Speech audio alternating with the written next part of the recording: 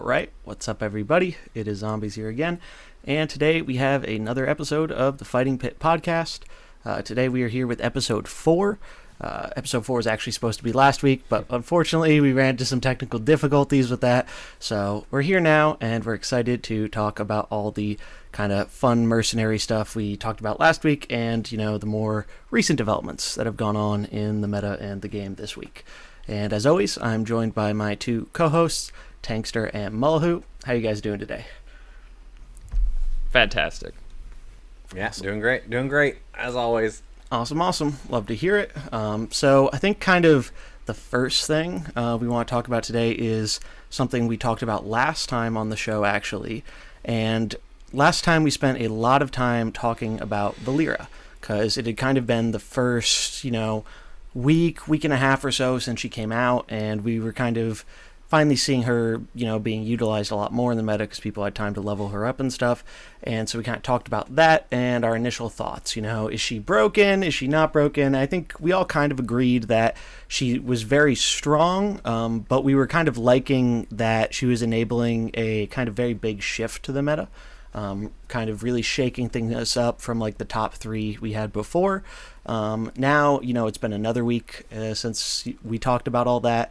How are we feeling about Valeera today? Do we still have the same thoughts as before? Do we maybe think she's a little bit more in need of a nerf now? How about we start this off with Tangster? Yeah, so she definitely is a meta warping force. I don't think anyone disagrees with that, where that's not necessarily a bad thing, but it just means that she's always going to be a consideration, whether you're running her, running against her, or devising a strategy to do both. I don't think she needs a nerf, and I said this a little bit last week, but I'm going to kind of repeat it here because we're seeing a lot of counter strategies. The only reason I would say maybe look at reducing some of her speed control is because, yes, I get it. After a while, having a bunch of 0 speed coin flips across the board, it feels bad. And the fact that, mercs can get to 0 speed consistently with her, that's a whole nother conversation, I think. But in general, I think we're seeing some strategies that start to give her some trouble. Double protector leads, Ma'am, Mullahoo, it looked like you've been having great luck with nature, so I don't know if you consider that a counter or just like, hey, nature's good right now. The point is you don't have to run Valeera. Zombies, you put out the video with the Frost lead. You don't have to run Valeera in this meta, but a lot of people like building their comps around speed, so it feels cool to be the one going first and trying to get those quick hits in those aggro decks. For sure. What do you think, Mullahoo?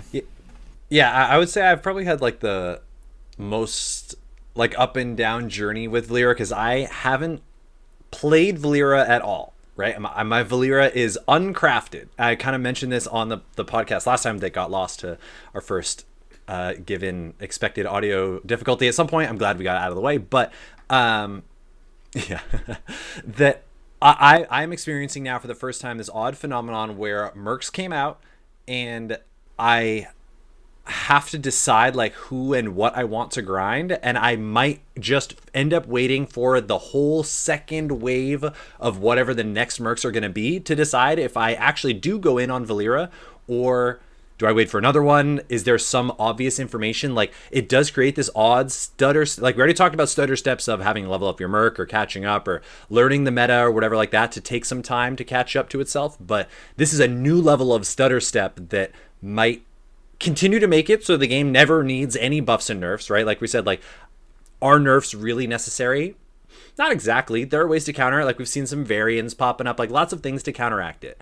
I would say I kind of tossed my hat in the ring as well that my only biggest problem with Valeera, which I think warrants a nerf that should feel acceptable from a dev perspective that still kind of holds their philosophy of like, we don't want to nerf things too much, we don't want to ban things too much, we don't want to buff things too much, is just like you should not have a 3-speed ability with combo that can combo with 4-speed abilities. I don't care like what's going on with like the fundamental nature of the meta or whatever, but like, if I were a designer, I would try to make it as clean as possible to not have like just clear breaches of what the numbers and what like the word combo means on paper. I think that's a little weird. I think she would be totally fine with Unnatural Smoke, reducing your speeds by 3 and not 4. Make it so she doesn't go into these like invisible negatives.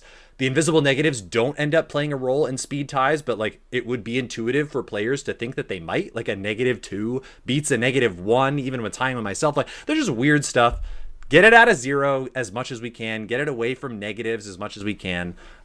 It's a clear precedent that's been set in a ton of card games before, and in my mind, this is the same thing. So I would like to see a tiny nerf, but otherwise, I'm still optimistic that it's kind of okay.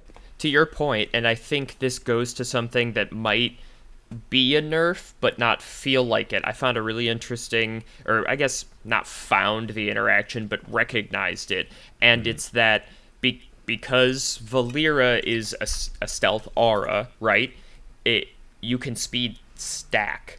So having Vol'jin, Sylvanas, and Valeera on the board means that Sylvanas can cast her normally 10 speed skill 2 at like 2 or 3 or something disgusting. So like, and that's one of maybe a couple instances where that's even relevant. But I think the fact that it is and that you can speed stack is, and the Hearthstone team loves to use this, it really limits design space, because now we have to think about, okay, well, are there any haste sort of focused mercs or tribes coming out in the future that are going to have auras or work well with Valeera? Maybe. And then the fact that you can get 8, 9, 10 down to 3 in cases like that, I don't know, that it starts to your point, Mullahoo, from a design perspective, if I would want to avoid that and just try and make it clean, you know? Yeah, definitely feel that. It's I think I kind of agree. I'm a little biased because I really love being able to combo Valeera with Illidan when you're sped up. Like that's one of my favorite interactions in the game, because it's just ridiculous. It's 0 speed attacking with Illidan, especially because we've seen this shift away from kind of the CDC bench being and everything. Like now, instead of Karen Diablo Cookie, I'd say it's like at least like 50-50 like nature benches, if not more. It's really changed a lot. And that's why I've been liking that the Frost Comp I did a video on, was just because it really feels like having those 2 fighters in the back line, it's just so huge against nature backlines, because literally I think there were like 4 or 5 different games where I got like a 1-hit kill on a Cookie or a Brucon in the late game, and it's just what did they do? And it was before it could act, and it's interesting because looking at the comp, Valeera can feel a little awkward at first, because when you get her off the bench, you don't always want her coming in off the bench first, because you don't really have a way to combo her. So you almost want to get Cookie in there first, because he's actually the only merc you can really effectively combo her with on that squad, because everyone else is so slow. So if you don't want to use Phantom Knives and gain that stealth, which stealth definitely seems to be the way to go with Valeera. I think that's why she's so good, is because it's just hard to interact with her. And that's why I've been liking kind of the Lich King slow, because no matter what, like, you can hit her with it. And one thing I really noticed was when you lead with Lich King and Frost, they almost always focus your Jaina, because they want to keep that scaling under control, because she can get out of hand. But if you get 2 hits off with your Lich King, most of the time Valeera's just trying to spam that skill 1. So that skill 1 goes up an insane amount, and then in those later turns, when she's a little bit weaker and can't attack and combo right away, Valeera's a lot worse. Like, she's really not as good when your main combo speed activator, which is normally 3, costs like 10. It's like, and that's what's really cool about the Frost opener, is you also get that between the Lich King slow and the Varden slow. It really feels like even though Valeera speeds things up so much, she's still like affected enough between the +5 to 1 skill and then another 2 on top of it. It actually makes a difference. So I'm curious if we'll see any more like kind of speed control strategies like that, where it's like the goal is to slow your opponent. Like, I know Vanessa's the one who got that kind of, that other speed, like pseudo speed control ability, slowing an ability they haven't used yet, which is really cool. We were actually talking about Vanessa last week, and we definitely had some like differing opinions about her. Have any of us gotten a chance to play around with her yet, or not so much? So I did, and I beat my head against the wall most of the week because I'm kind of feeling burnt out on grinding, so I was really going to focus ladder. But then I was like going through some theory crafts. Short version, I forced myself to grind her so I'd have something to say for the pod about her. And here's what it comes down to. I really like Vanessa. She has a really cool design, and she's strong in this meta. I was wrong. She is not the Valeera counter I wanted, or quite frankly expected. She's good against Valeera, but you kind of have to win the speed tie with her because you're with the equipment. Her skill 1 Burgle Barrage goes off at 3 speed. Right, so now you get her with Grom or another 2-speed merc like Cornelius. You're contesting both of these important speed ties, For sure. and if you lose, you just It's bad. Kind of SOL. It is, and then the skill 2 isn't really good until you attack a couple of times. The skill 3 feels really strong situationally, but she only has I think 70 health maxed. Yeah. Which is not a lot. It's not a lot. Even with Cookie, you're still under 80, and that's in like Malf ranges of squishy. Yeah, that's super squishy. That's weird. It really is. Yeah, so she really needs to be paired with like another protector who can actually protect, or be doing something fast enough, next to Valeera that it feels good. So, short version, not great into when you're leading into a Valeera meta like this. I haven't completely tested all the ideas, but she definitely didn't fit where I wanted her to. Let me put it that way. She feels really strong, just not here in the same way that Vol'jin is really strong, but if you lead him right now, he's going to get blown up. Yeah. Who are you normally running the Vanessas with for the most part? So was it with Valeera? Like Grom, Valeera, Vanessa? It was Grom, Valeera, Vanessa to basically, because the Grom, Valeera, Zyrella comp felt really good from a contesting those really important speed ties on turn 1, but it feels so bad to run Zyrella right now. She feels like crap, and just get obliterated. Yeah, and it doesn't matter how strong they are, really. I hate one-button mercs, and Valeera's starting to feel like that a little bit for me. I'm not giving up on her yet, though. It went okay. The other thing I want to try is something with Edwin. So she's acting at 0 speed, perma-comboing on turn 1 because she's next to Edwin, but then I have to run Edwin. So, again, still labbing it out. It's only been about a day or 2 that I've had her maxed for me. And that actually might be a separate conversation about how crappy packs feel right now. Yeah. I 100% tried to pay to win her, and it failed. Didn't work. It did not work in the slide. All right, we'll tell that story right now. So essentially, listeners, I bought between gold and real money about 90 packs on Wednesday, and I would say I have how many mercs do we have right now, guys? Like, I think it's like 60.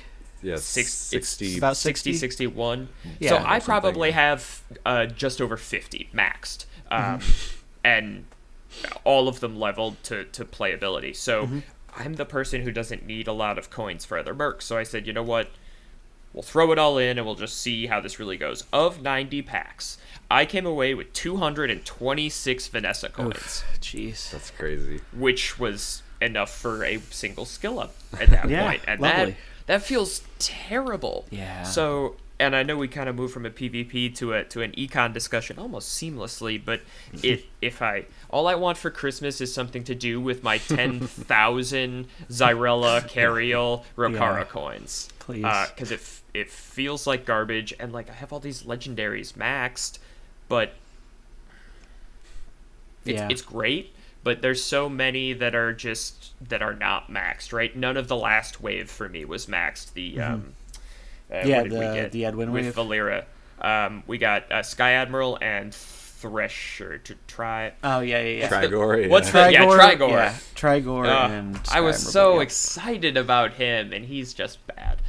Right, so none of those are maxed, and I got maybe 200 coins for each. Trigor a little more because he was rare. Yeah, that's true. But there's nothing.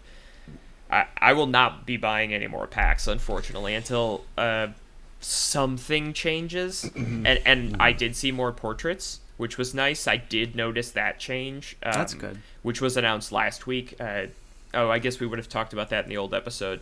Yeah, what the was hot it? fix changes that happened this week. Yes. Or, yeah, was it? Yeah, I think it was this week, right? Yeah, it was this week. Where like they fixed the MMR and that kind of stuff. The MMR change, which we should talk about that too. Anyway, it all.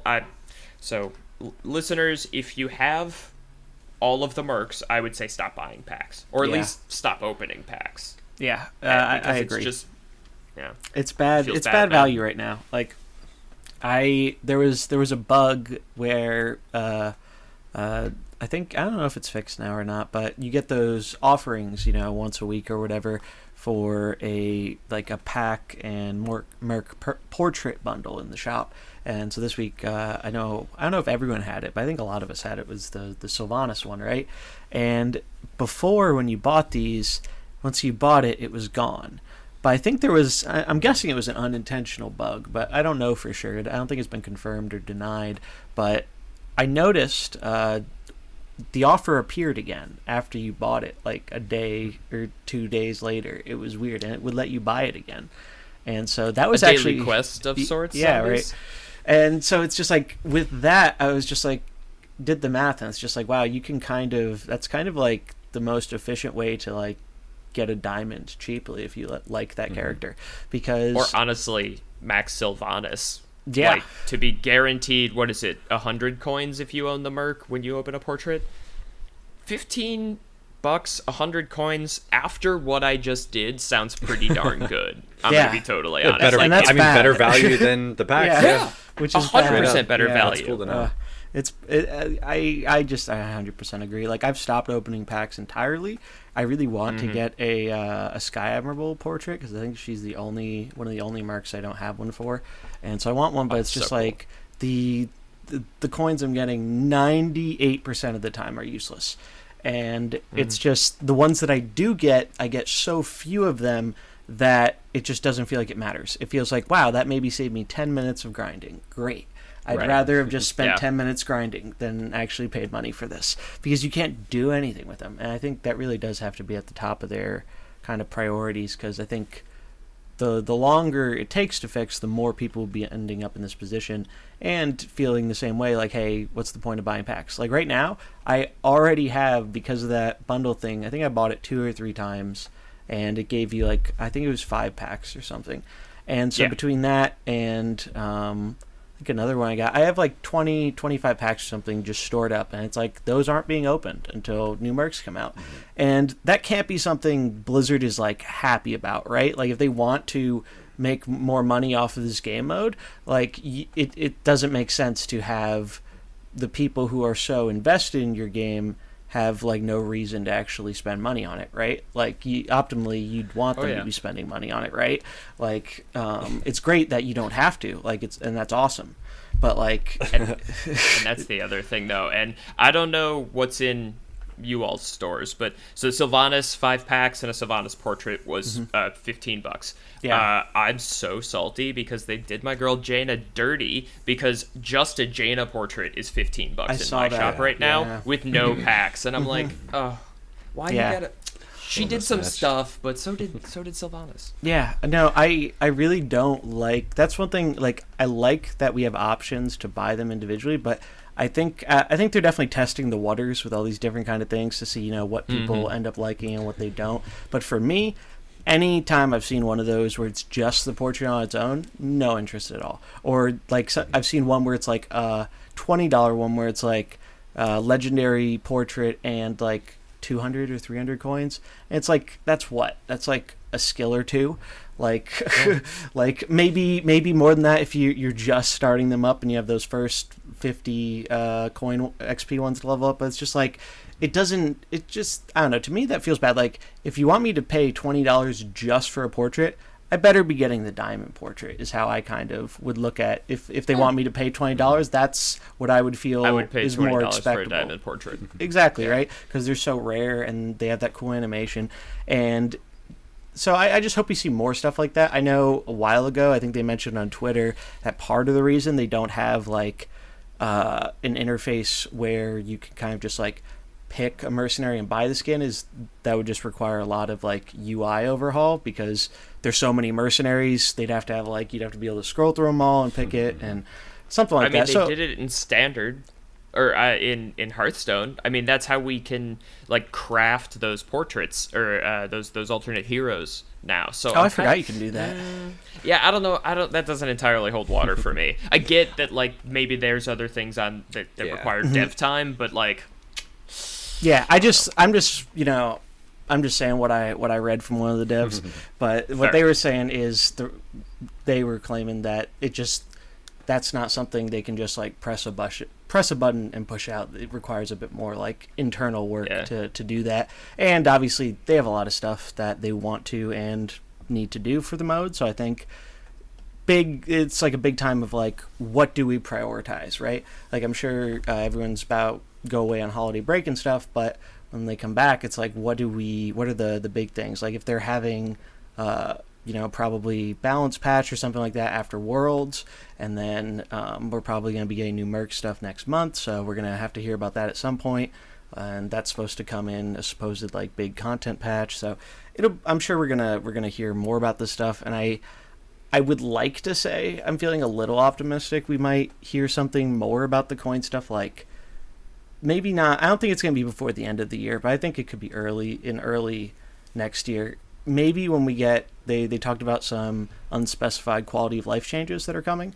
I forgot about those. Yeah, and I think those are planned for when the new mercs get added in the next big patch. So I think if they're going to be doing quality of life changes, it would make a lot of sense for the coin thing to be in them, because if you've been on any Mercenaries like forum or Discord or YouTube comments, like people are not happy about it. And I get it. I'm one of them. I literally have like over 1,000 legendary coins for characters that I've had maxed for like a month. Honestly, it's their fault for spoiling us in Hearthstone, because when you look at Hearthstone as a trading card game, especially even a virtual trading card game, it is easily the most generous economy in the entire genre. Especially if you've played like any of the competitors or like Magic the Gathering Arena. Awesome game, love it to death. Do not want to give Wizards any more money than I already do for D&D stuff. So it's just like you spoiled us and now we have expectations. What do you want? Yeah, no, that's a good point. That's a really good point, because Hearthstone didn't. If we look back to the beginning of Hearthstone's economy was bad. It was really bad in the beginning. I remember it in the beginning, and there was no dupe protection on anything. And now we have full dupe protection on epics and legendaries, and it's just a much more, and the pre-order stuff is way more generous than it used to be, much by better. like a mile. Tavern Pass. And yeah, they've really improved a lot of stuff, but obviously none of that stuff happened in like a year or 2 years. So like it took them a while to iterate on it. So I'm hoping with Mercs it'll obviously be faster than that. They can take some of those lessons they've learned over like Constructed and like how can we improve this? Because I do think I don't know if we're going to talk about it now, but I do think one thing that is a very important thing on a lot of people's minds is player accessibility, and I think that can be kind of a good segue into us talking about our tournament event that we're going to be hosting for this weekend, this Saturday, December 18th. We are hosting the Pauper Open, so it's going to be a open Mercenaries tournament, and we have some fun rules where no legendaries are allowed and no Task 7 items are allowed. So the goal of this is to kind of have it be more accessible for more players. So hey, maybe you're just a newer player, you only have a handful of rare and epic Mercenaries. If you want to try out and see like what Mercenaries tournament is really like to play, because it's super different than ladder, like this is the opportunity for you. And this was Tangster's idea, so I'm going to let him tell you a little bit more about it. Yeah, this was something I had wanted to do since I met the mode, and Pauper is a term from Magic the Gathering, which I have probably played the least of the three of us. And essentially it's for cards that have a common rarity. And so that was the goal here, right? it is obvious that Mercs takes either a lot of time or money investment up front to get, a decent meta comp on the ladder. And so if you're someone who does not have that time or money to grind up Malfurion, Valeera, Lich King, name any of the kind of required mercs, or maybe you're one of those people that grinded up their Cairn and their Diablo only for them to kind of fall out of favor in the meta. This, I think, is going to be a blast. So, as Zombie said, we're banning all legendary mercenaries and we're banning all Task 7 equipment. So, you've got things that immediately pop into mind, like Shadow Samuro. Well, Vol'jin does not get the Ring of Haste. That's a Task 7 equip.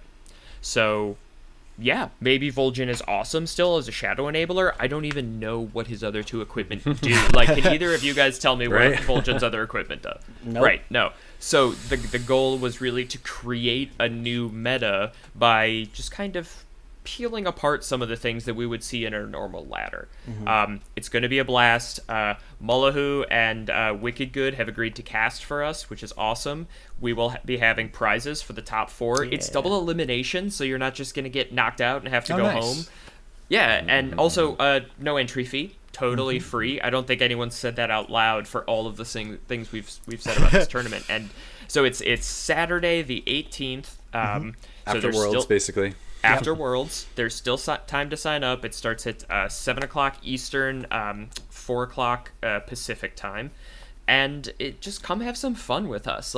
Maybe you'll get to be one of the people playing on Mullahoo's stream and get to hear yourself being casted. When that happened to me for the first time at the ATK Battle for the Bounty, that was the coolest thing ever. I was like, I know these guys. I see them on Twitter. They're really cool.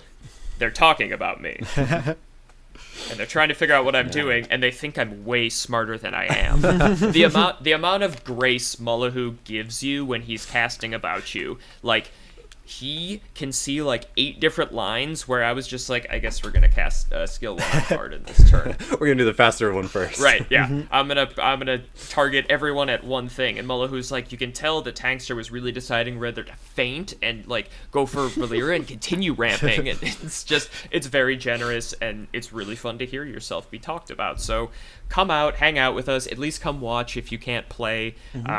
Fabulous prizes, chance for glory. There's a couple. I've seen the sign-up list. We have a couple of community content creators that will be playing. None of the 3 of us will be playing in our own tournament, but there's some celebs that you may get to match up against. So it'll be fun. It'll just be good fun for anyone who wants to come out. And Mullahoo, I know you guys were doing a little bit of theory crafting on stream the other day, and you tweeted some of those decks out. Yeah, the Fighting Pit podcast. Yeah, if you really have no idea kind of what you might be interested in playing it, but you have no idea about theory crafting it, again, one of my favorite parts about Mercenaries for sure is the fact that you can, thankfully, play this game, quote unquote, without playing the game. You can just sit there and go into the tank. You can use that team builder and start lining stuff up. Again, now it's a little bit easier that we actually have the game client. But yeah, just start messing around with stuff. Again, Murlocs get way better than you think. Fire comp without you lose Ragnaros because you can't have legendary, but maybe some fire folk come back in. The Smite Cornelius Rokara combo is still legal. Samuro is still legal. Zarella is still legal. There's a lot of cool stuff out there. Again, you can go to the Fighting Pit podcast to find some of those theory crafted decks to start. Again, break it. We all urge you to bust it open, right? I am super excited to see what that combo is, right? What the Cairn Diablo of Pauper is going to appear to be. Are we going to see trends, right? This is really going to mimic that world's first Mercenaries tournament that we did before, but in a brand new way, in a brand new light, and that was a blast. I'm really curious to see what this does. And again, at the end of the day, we are limit testing, just like the devs, just like the player base. I think we're just kind of jamming while the game is new. Yeah, and I want to just double underline that last thing you said, Mullahoo. We're limit testing this, and that's how many people are interested in community events like this, especially with there are prizes. They are not huge. We're funding this ourselves just because we want to do something fun with the community. So, but that all being said, if this is something that you like, tell us, show us by signing up, show us by tuning in, because Tell Alkali. Tell Alkali, like Alkali, we can keep doing these things if there's interest, and I'm always on the lookout for new formats and stuff like this. But if Pauper takes off and people are like, "This is dope," because I really don't need at the end of the day, you need 2 more mercs from the free ones, right? You get the 4 free ones. I think they give you a legendary. I think they give you Grom, Rush. So he's illegal. Best merc in the game right now. But so essentially you're going to get 4 just for logging into the game for the first time. You come up with 2 more mercs somehow, some way. Suddenly you have... a sideboard of 2. You got a sideboard of 2. Find that's fair. Ones, yeah. 4. Smaller sideboard. 4 more. 4. I can count. It's fine. But show us the love if you like this, because this is how the community grows. And actually, since we're all doing great segues tonight, that's a great segue into something that I think that both Mullahoo and Zombies are probably too humble to bring up by themselves. But if you're just strapped for mercs content or educational streamers, Mythic just released a YouTube video calling out, I think, 10 of our community content creators, specifically streamers, that you should know. Quote, mercenary streamers you should know. And both Zombies and Mullahoo got call-outs in that video, which I think is fantastic.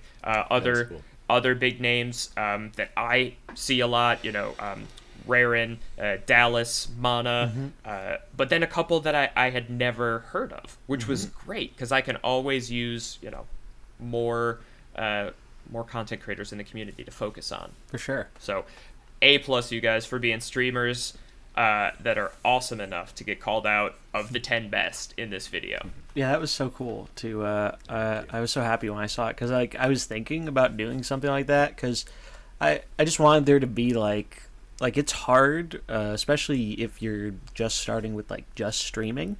Like I started more with the YouTube stuff, but streaming especially, it's so hard to kind of get your foot in the door there, because people they just have to go so far out of their way to even find you. And unfortunately, with the current tagging system on Twitch, I don't think, now that we have so many modes in Hearthstone, I almost wish there was a way where we could get a subcategory where it's still all under Hearthstone, but how you can sort by language and stuff. If we could sort by modes, I think that'd be really, really huge. If we could get something like that on Twitch, because with Mercenaries, I think, it's definitely a smaller amount of people that are doing the mercenary stuff, but that's definitely been growing in terms of content creators on Twitch. And like Tangster said, there were so many I just didn't know, and I would find through kind of hanging out in another Merc stream, and then maybe their stream would end, so they'd kind of go looking for someone to raid who was also playing. And I think there's just been a lot of really good community support, and the community kind of reinforcing itself and whatnot. And I think overall the Hearthstone community is great, but I think the Mercs community is really really great. I know in some of the kind of funny standard Battlegrounds wild Twitter drama today, Gia made a joke that was you could come join us in the Mercs community, no one will get angry at you because they don't know we exist.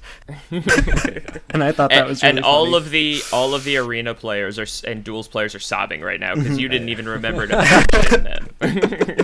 Yeah, so there's so many modes to play in this game, right? But I really do feel the sense of community that has formed in Mercenaries it's happened really fast. I know all 3 of us, we hang out in the Hearthstone Mercenaries Discord, and that is just such a great place to talk to so many other players who are interested in the game, other content creators.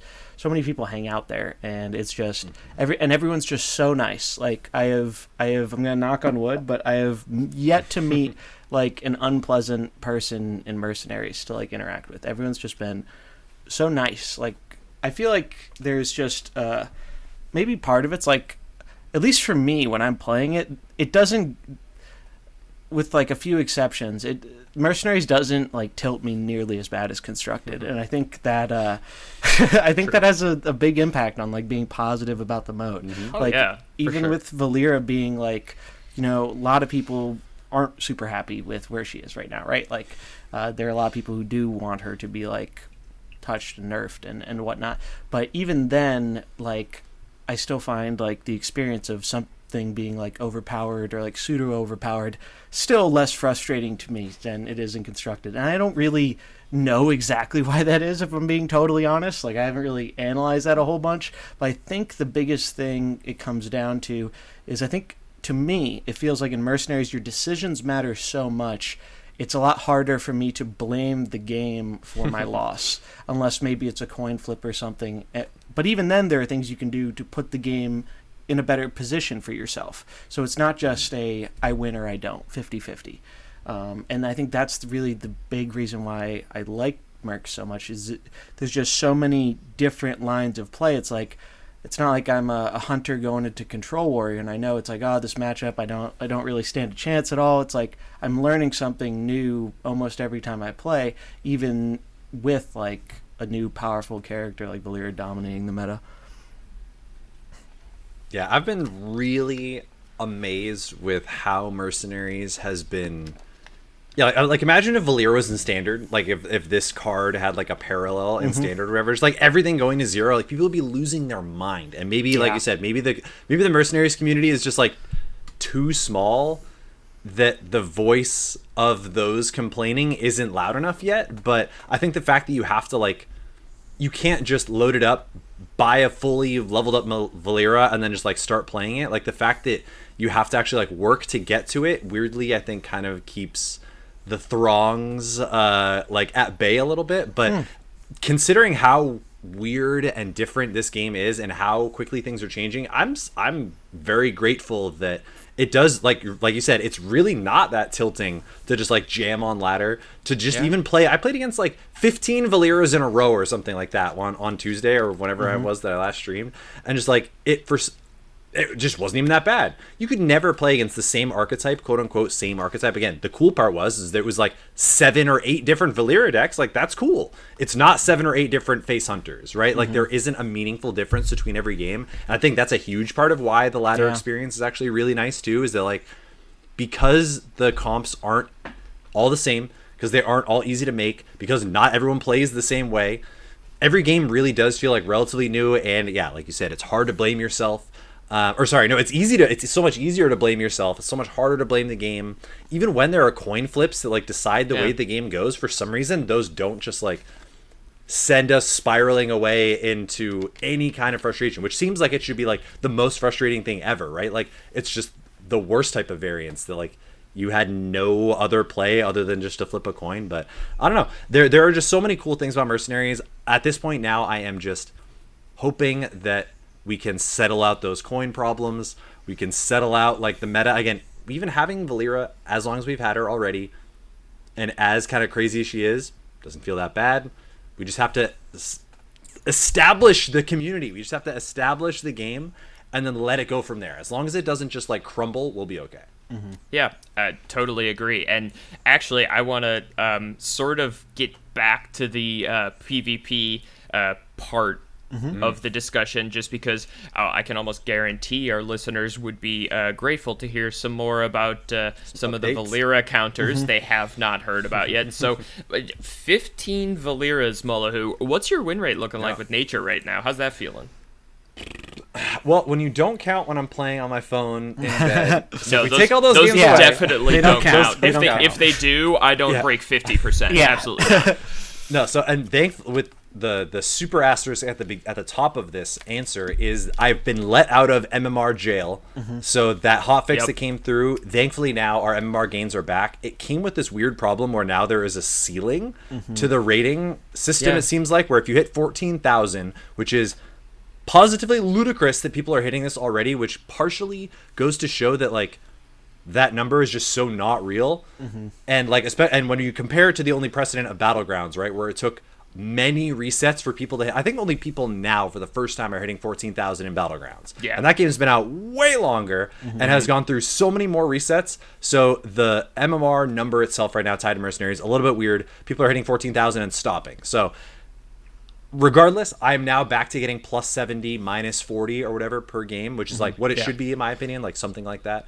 But playing straight nature with Guff and Brucon, I went 12-8, I think, against I would say 15 Valeeras and 5 non-Valeera comps and just like all streamed, all there, just like live. But like 12 and 8 was fine. Like I climbed. I went from 7.9 to 8.3 or something like that or whatever.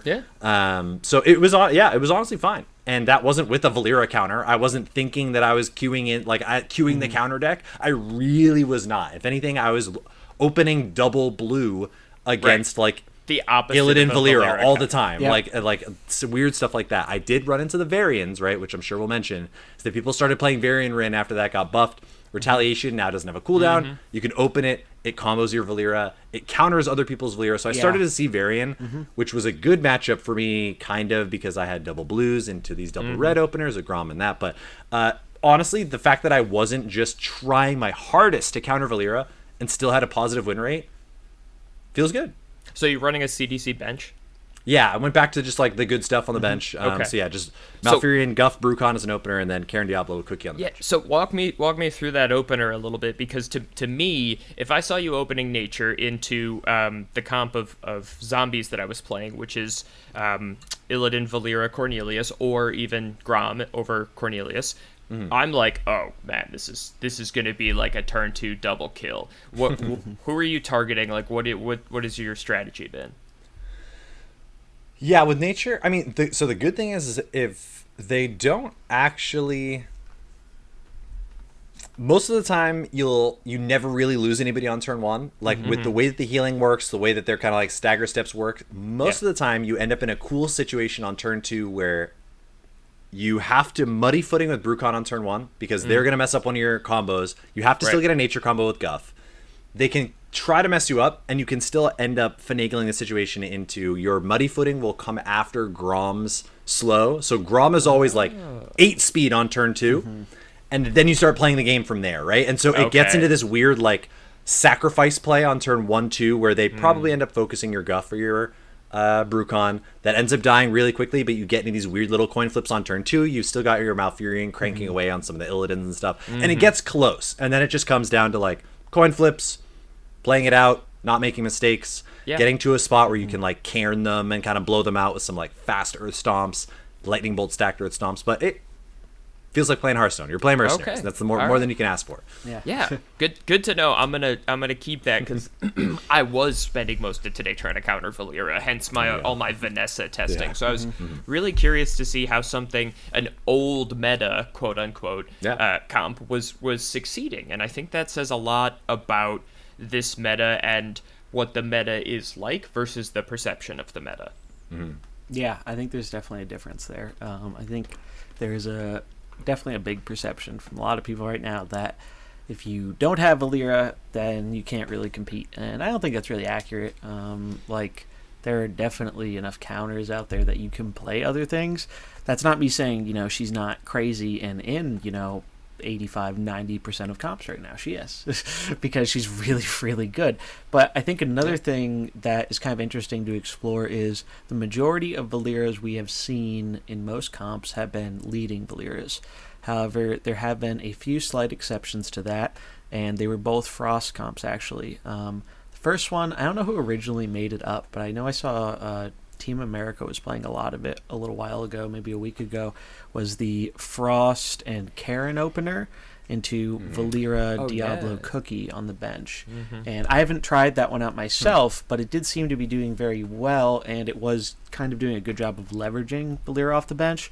And then I have that Frost Lich King comp, which also rocks Valeera on the bench. And she has been so good on the bench for me that like I've been liking it more than I've been liking having her as a starting unit. And also as a result of like not having your Valeera lead, there's less of those coin flips that people get annoyed by because you aren't zero speeding yourself right away and when your opponent is, so you don't have those same coin flips a lot of the time. And it's kind of interesting, especially with having Jaina and Varden out there, because you're just getting so much slow off that by the time you drop your Valeera, if theirs is still around, it's low health and so slow, it can't really do anything before it dies. And then, like we've said before, and we'll say again, anytime you can deny your opponent one of their mercenaries or more in action, you're going to be really ahead. And that's why between that and just speeding up Illidan on the bench, Illidan has been disgusting on the bench. Like he's so good. I can't over like hype him up enough. Like he has been absolutely, like, with that Valeera speed boost, just disgusting. Like one of the, if not the best fighter outside of Valeera right now, in my opinion. He's just so good, and he's only gotten better because we're not seeing as much Karen Diablo Cookie. I think if that came back more, I don't think Illidan Valeera bench would do as well, because Karen can really get some AoE damage and slows off on you, and then Diablo can get more AoE damage, and so stealth really doesn't benefit you a lot against Karen Diablo Cookie, because they all have a way of hitting you through stealth, right? Cookie's got his bleed, like they all have some kind of way to get around it. And so I think the fact that nature has crept in and kind of disrupted the one true bench, it's really like, it's changed a lot. And I think it's all I wanted for Christmas. Yeah. And I think we still really don't know the full extent of, like, I don't think everything's been figured out, right? Like, I think there are some things that are definitely, like, in the lead right now, but, like, even looking back at, like, my old comp with the Valeera, Illidan, Cornelius, I still really like that comp, but I don't think it feels as good as it did the first week or so, because now Grom is so meta, and the big problem with that comp is if you lose that turn 1 speed tie, it sucks. It really hurts. You don't combo your Valeera. It's like, it's bad. It's just, and if you win it, how we got to Xyrella. Yeah, exactly. Exactly. Yep. And it's this, I want to go back to something you said about the Frost comp, where you just keep stacking those slows, and eventually there's just not much they can do. And I was hanging out in Discord, and Ridiculous Hat said something that really summed up how good that lead is to me in like one sentence. The value of the Frost opener is that you're speed agnostic, because essentially after turn 1, speed is no longer like much of a thing, right? You're now, it matters much more who is bulkier and who is scaling harder than it does who's going first, because that ability to, send all 3 in on the same merc before you can even flinch is now been taken away completely, or at least is no longer optimal, where Valeera's sending in like a 11 speed skill 1, and it's like, okay, that's going to hit pretty hard on a caster for 44, but at 11 speed, I'm not going to die before 11 speed. Yeah, I thought it was interesting, and it helped me understand the play style of that comp, because I watched your video, Zombies. I was like, all right, Valeera counter, let's do it.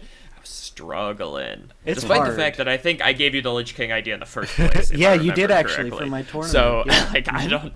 You just perfected it. It's hard to play, definitely. I think the biggest piece of advice I can give on it is, at least what I've done and has seemed to work for me, always focus the Grom, always 100%. Like, if they're smart, they're going to put Valeera in the middle, and that's going to mess up your Lich King slow a little bit. But truthfully, you really just need to get that one hit on Grom, because he'll hit Valeera too, with the slow at least. And then their 2 main abilities, we were talking earlier about one-button Mercenaries. Valeera does, even though she has 3 amazing abilities, she does often just go for the one button, because the speed and self-protection is so powerful. Well, the Lich King punishes the crap out of spamming the same ability over and over again. And when they're leading with a VGX start, unless they have Xyrella, there's really no way they can threaten the Lich King. They don't even target X Lich being King, any usually. Instead of Xyrella, right? When you say X, you're thinking any other mercenary. Yep. Okay, just making sure. That's a good, important distinction, because she does also start with an X. So that, the Valeera, Grom, and whatever third, right? And I've just found you get that initial slow off. They almost always target your Jaina, and sometimes I think they can pop her turn 1, but they don't always. Sometimes, like, I've had different games where it's like but if they don't pop her turn 1, you are in an insane position. Like, you're just like, you're rolling. Like, and don't underestimate the Lich King's heal. I do think his taunt ability isn't really the very useful in this comp, but like, the heal is surprisingly good. Like when you get all these Triggers slows, Valeera? Yeah, to combo Valeera, which I've done, which Wow. might have been wrong. Frost Shield. That's interesting. Yeah, see, I've never, in all the games I've played with it, I don't think I've ever had at least on that comp, I don't think I've ever had Lich King and Valeera out at the same time. Because usually he'll die. I will say it was probably a bad idea because the couple of times I did it, I had Valeera first off the bench. That, looking back, was not the play. And your point about having Cookie first off the bench now makes a lot more sense after jamming like a couple dozen games with it this week. So that's good to know. I'm learning so much from you guys tonight. I'm going to go jam some nature after this pod. Get the Like, climb it's on. going to be... Oh, yeah. And it's easier now, and I think that's definitely something worth talking about, is they did do that fix to... they kind of wanted to make it a little bit easier to climb, because we were kind of... Definitely you saw a lot of it at high MMR. Well, one, kind of like what happened to Mullahoo, he just got an MMR jail, where something was messed up with his internal MMR, so it was just like you just weren't gaining... I think you were losing a lot more than you were gaining, right? And so it was just really... It was just exactly 50-50, basically. Okay, so you weren't and going that's just, anywhere. like, not normal for this type of system, really. Because you Right, weren't... that It's not makes like you were at the sense. highest rank, where then I guess I could see it, but like... Yeah, those... Yeah, 100%. Yeah, that should be... That's why I keep, like, every now and then on Twitter, I'll just be like, someone will post whatever they were going in... Whatever their game was, or whatever MMR they were at, like Mart Team or whatever, and I'd be like, what was your, like... What are your plus minus gains and losses per game? And yeah, a plus 30, minus 30 is something you should be getting at like 10k MMR, like 12, like top 5, like top 10, top 25, top 50, right? It should be progressively harder to climb. And if anything, it actually seemed like they just made it equivalently easy to climb from top to bottom, from whether you have 0 elo or 14,000 elo. It seemed like they just said make it almost like a pure representation of win-loss, which also doesn't always feel great. I don't know if you guys have been playing as much Halo Infinite right now, but like the ranked system and that feels also really weird. I was just like, why am I in MMR jail and like everywhere that I am right now? Oh, yeah. But except it's in the good version in Halo where you just like can't lose rating until like close to Diamond, which that feels odd, but also weirdly feels like it mimics Mercs, where like they just gave you this boost. You can just fight against bots until 7k or whatever, right? Like you can just kind of skip, and it makes an artificially weird number at the end of it, which doesn't feel great. It just feels odd to grasp, but... Yeah, and a real quick point about bots. For those of you who maybe haven't noticed, the whole PvP leveling against bots thing is dead. Don't try it. Yeah, all the bots kind of gone now at this point. They're gone. Right? Like, that was like first couple weeks to make so we didn't have like 10-minute queue times, I assume. But yeah, don't do that. Just fair warning. So I think it depends. It's actually, I read someone who was doing the bot thing, but it depends, right? I think since we played during the last month and we got past the bots, the game knows like not to queue us with only bots one again. wave of bots to go Yeah, through. I'm pretty sure because I read someone talking about it on Twitter, and they were a newer player, I believe, and so they had 3 level 30s, and they were using the trick of 3 level 1s in the back. And that way they were only running into bots until they got to 7k. Once you get to 7k, you're out of the bots, and then I think you won't run into them anymore, even if you drop below. But if you're a new player, you still can get the bots, and that still is effective if you want to level your mercs up that way. However, now with the new MMR changes, you'll probably get to 7k a lot faster. So it's probably not quite as abusable, because you can't just like spam concedes to like lower yourself down. I don't think it would work very well.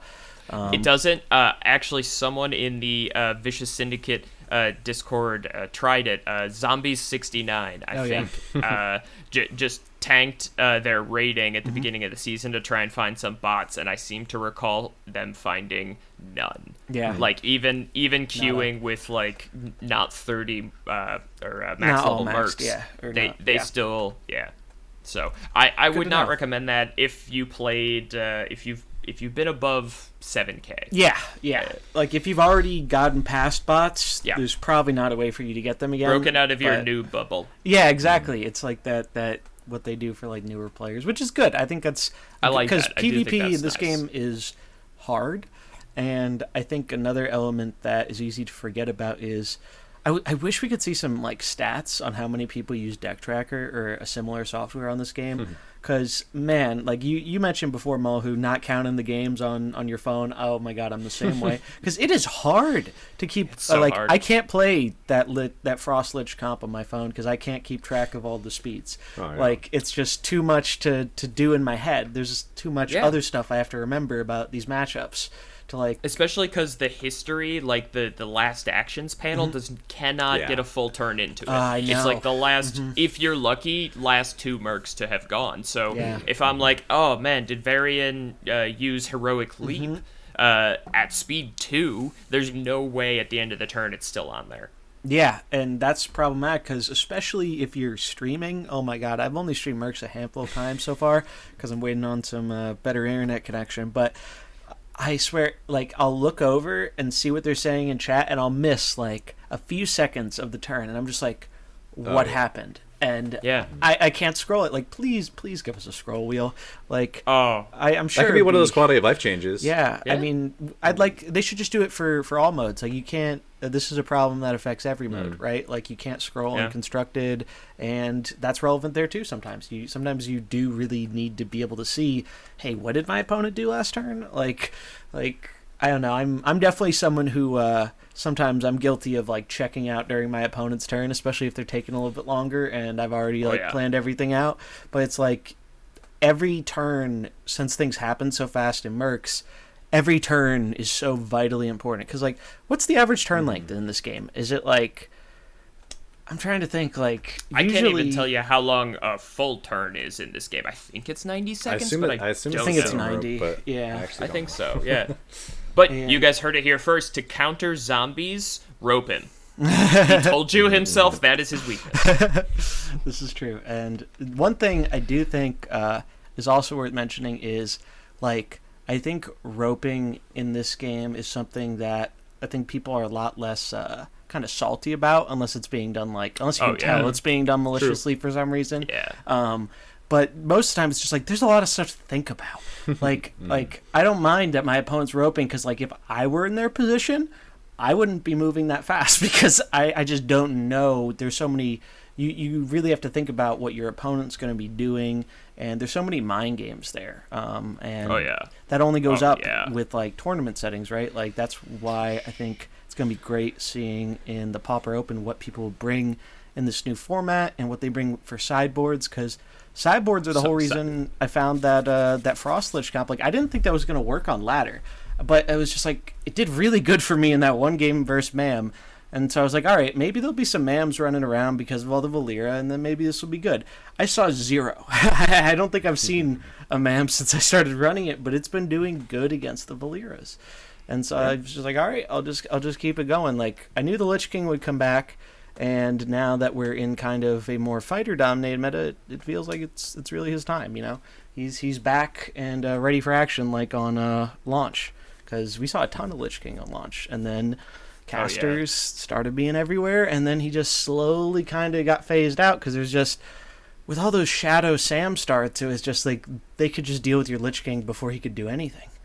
And now nature could one-shot him and stuff before Cookie. Yeah, exactly. It was just a whole different world. I think. Because he's big. I think Max Lich King with Cookie, now you can't, which is a disaster. Oh, really? Because he has a lot of health with Cookie. I think it's like 97 or something. Yeah, it's almost 100. It's really, really high. And they don't have, like, unless... literally, I think one of the only, like, Valeera, like, caster starts you see is that occasional Zyrella one. And I haven't actually ran into too much of that one yet. But, like, other than that, like, there's just no starts that are really punishing... or no Valeera starts that I've seen that are really punishing the Lich King. They just don't have a good way to deal with it. And another thing that really worth mentioning as a Valeera counter that I don't think enough people are talking about are summons. Valeera can really get messed up by summons. And I think a lot of people overlook this because of the prevalence of Diablo. Summons were kind of seen as more of a liability, right? Because they were feeding the Diablo, feeding extra damage. Well, now Diablo's not on the bench of every comp anymore. And because of that, I think there's a lot more potential for these kind of like summon strategies to work. Like one thing that was huge for me was either using Jaina or I think I experimented a bit with Eudora. And Valeera having to attack those summons, or like Muklahoo's big brother, when she has to swing into that and there's nothing they can kind of do to get rid of it beforehand, it really hurts their turn. Like, a lot of, I know, like, the on the surface, the parts of Valeera that seem powerful are her stealth and speed up, but she also deals a lot of damage. Like her damage really adds up, and it's because of how her targeting works, it can be used kind of like King Crush to just snipe specific minions at specific times, ignore taunt. It's just very, very powerful, and summons, so far to me, I felt like a little bit of way to answer that, because let me tell you, Valeera does not, we haven't been seeing as much of her, but Valeera does not appreciate running into an opening Eudora, from what I've seen.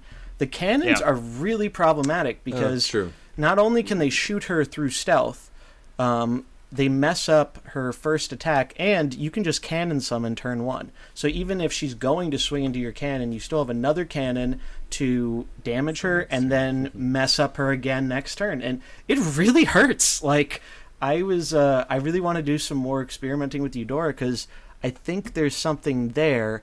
But I do think that if the Thrall variant, Valeera Grom Thrall, is still super popular, probably won't be seeing as much Eudora, because she will just get absolutely decimated by that Thrall. That's fair. So It's tricky. You got the brain working now, because it's weird. Like, you don't think about that, right? Time. Like, I didn't think about it for a while, but I saw it and I was just like, wow, that really, there's an interaction there that's not like super straightforward. Maybe it's time to try pirates again. Maybe we do Vanessa smite Eudora and bring Edwin off the bench. That could be interesting.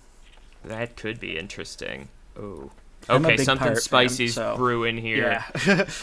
We'll definitely have to do some experimenting there, and I still have to get up the last 2 marks, Sky Admirable and Trogs, or I actually heard, I want to say it was Justin Bieber.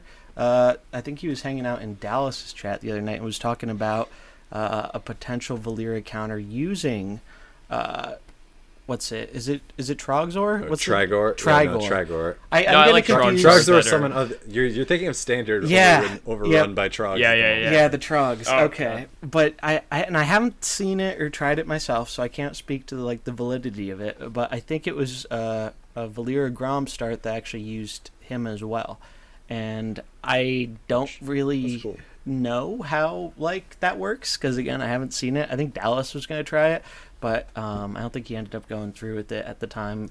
I wanted to try something else, but I really want to try it. I've just been kind of in a similar boat as you, Tangster. I've been a little burnt out on the grinding. Like, I've been grinding Pokemon actually recently, and I love grinding. So burnt out stuff. on Mercenaries grinding. Yeah, it's just it's all the same. It's the same thing to me in my head. It's like I shut my brain off and I'm pressing the same buttons to eventually get the characters I need to engage in PvP, and that could be Mercenaries or that could be Pokemon. It's the exact same thing pretty much.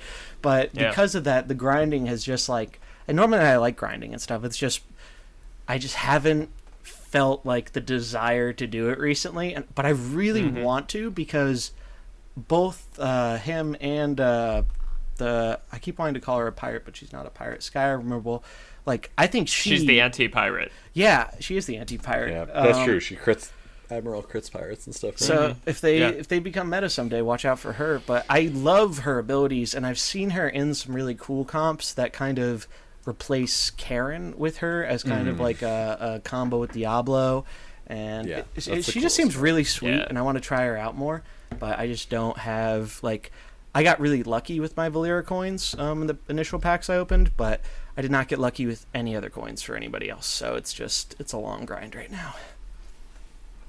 But that's the way it goes. But I think that's going to be, the majority of what we wanted to talk about for this time. Is there anything I'm forgetting here, gentlemen? Well, I have an outro question for us this week, if you'll indulge me, zombies. But I don't know if Mullahoo had a point he wanted to make before we wrap up.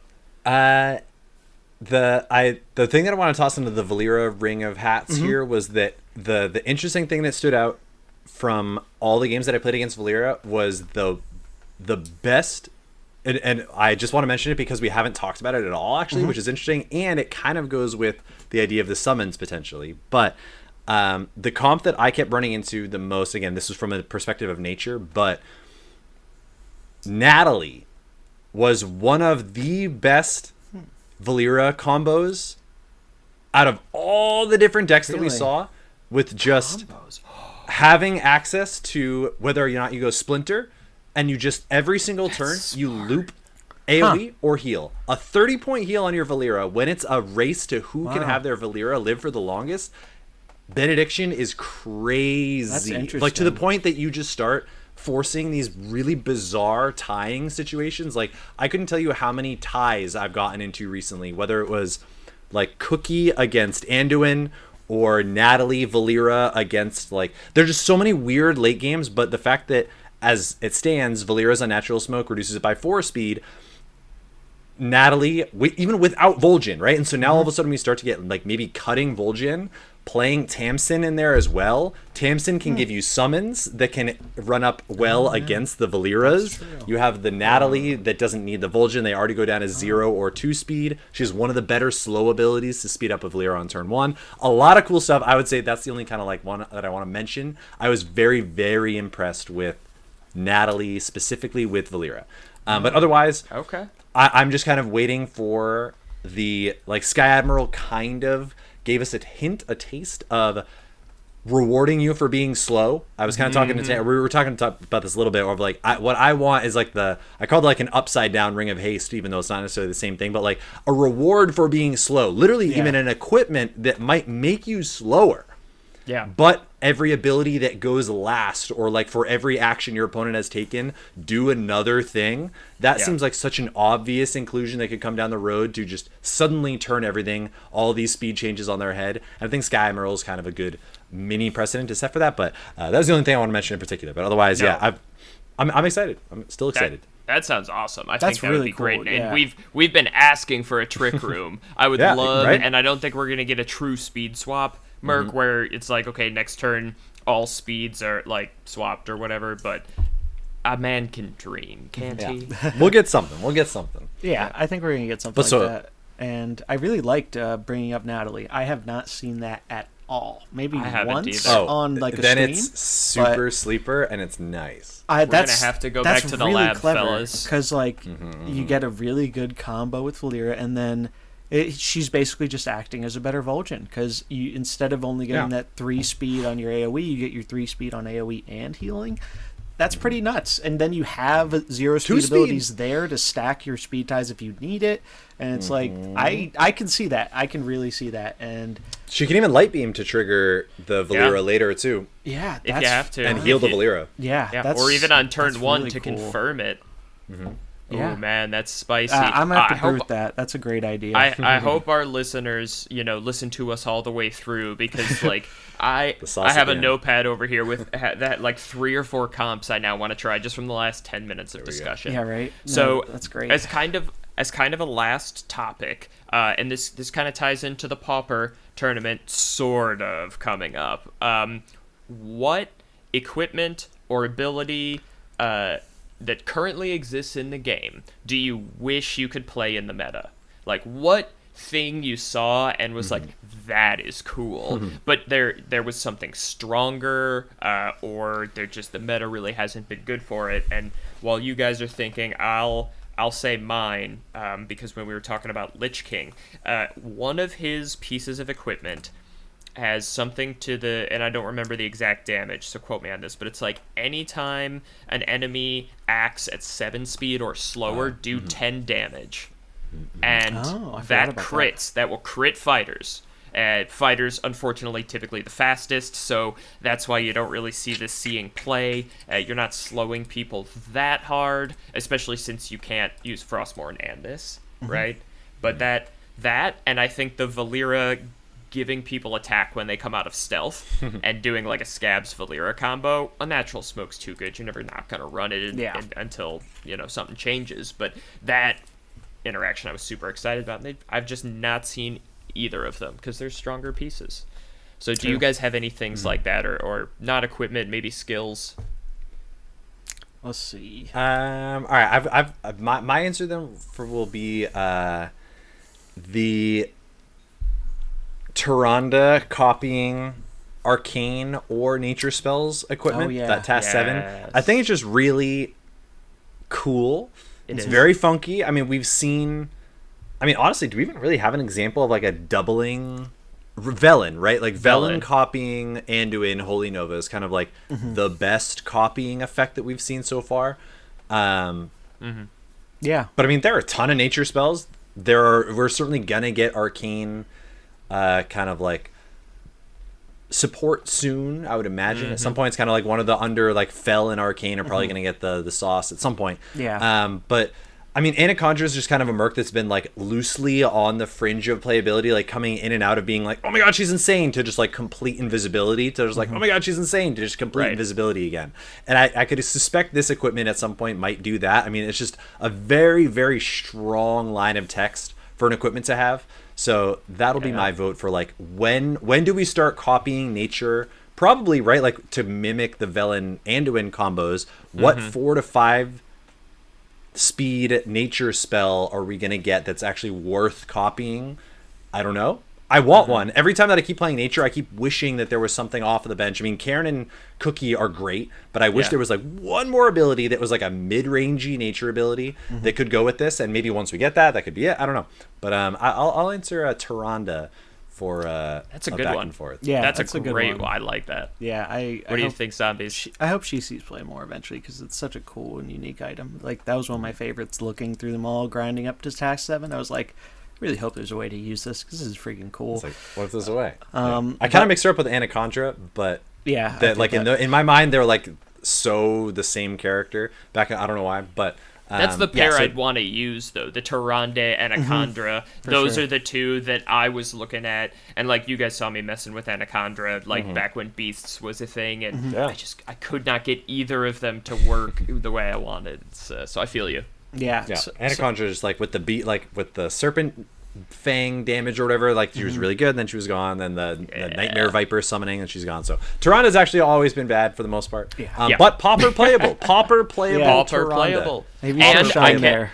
Because I've seen the lineups of our, I think last I checked we had about just over a dozen people signed up, so still plenty of spots. I can confirm a Tyrande will show up. Ooh. Nice. I'm not going to say anything else about the lineups because people can't see, and there is only one, so hopefully I'm not blowing up anyone's hot tech, but that excited me. I got very excited when I saw that. That's good. When it comes to hot tech, I think the one I saw a little while ago, and I tried it myself, and it's really cool if you can pull it off. So it's Varden, but you don't run Chilling Amulet. You actually run Band of Frost, and you put him on the bench. You don't lead Varden.